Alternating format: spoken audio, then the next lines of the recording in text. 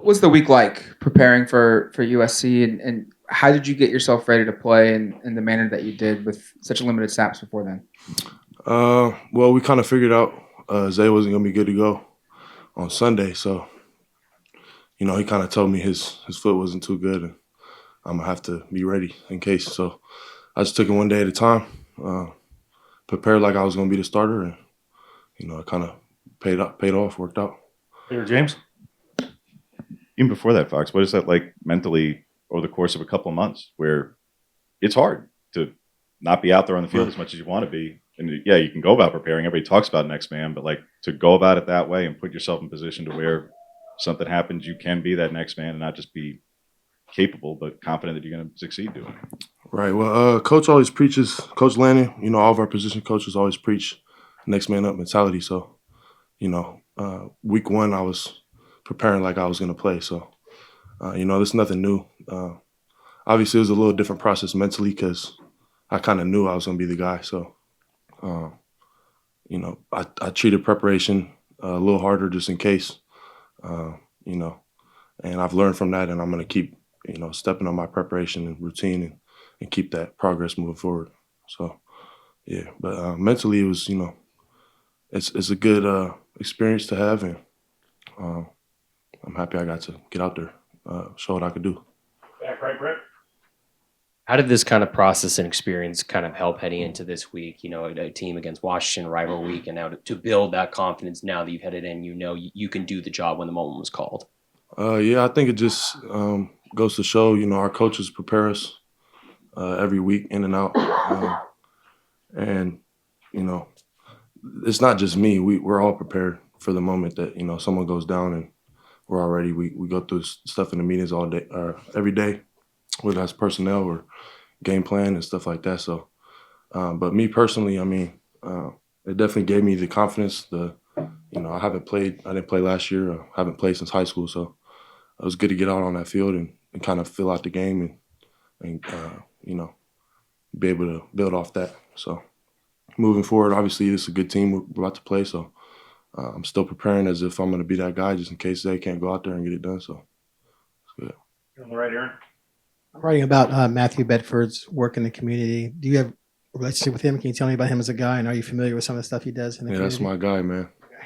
He's the older guy in the group. He's probably one of the most kind-hearted people, most genuine people I've ever met. He always makes an effort to make everybody feel included.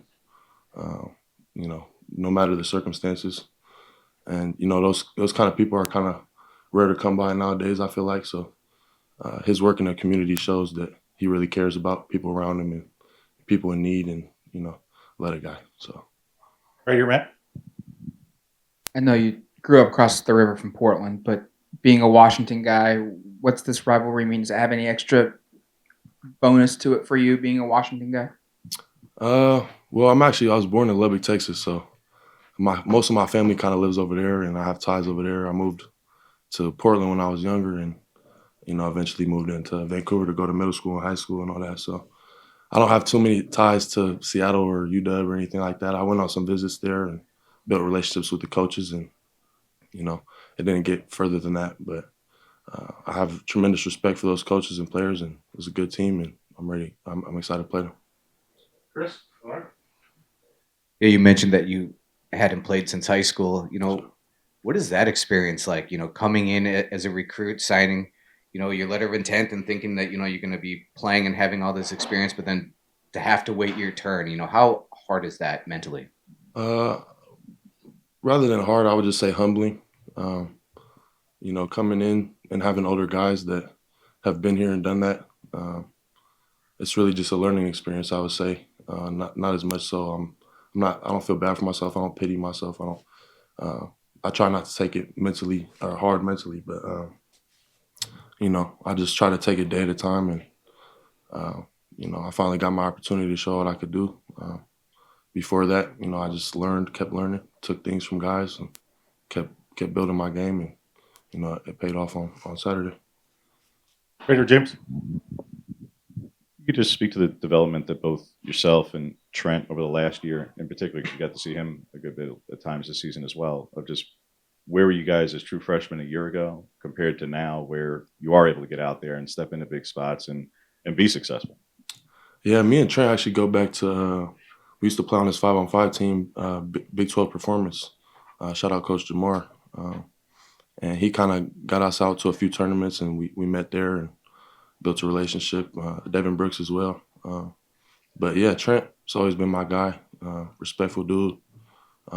Works hard, humble, and we always talk about what we're gonna do when we get our opportunity. And we've both seen some reps on the field this season and seized our opportunities. And I'm proud of him and proud of myself, and I'm glad we have been able to get out there. And I'm hoping we can continue to do that and be successful.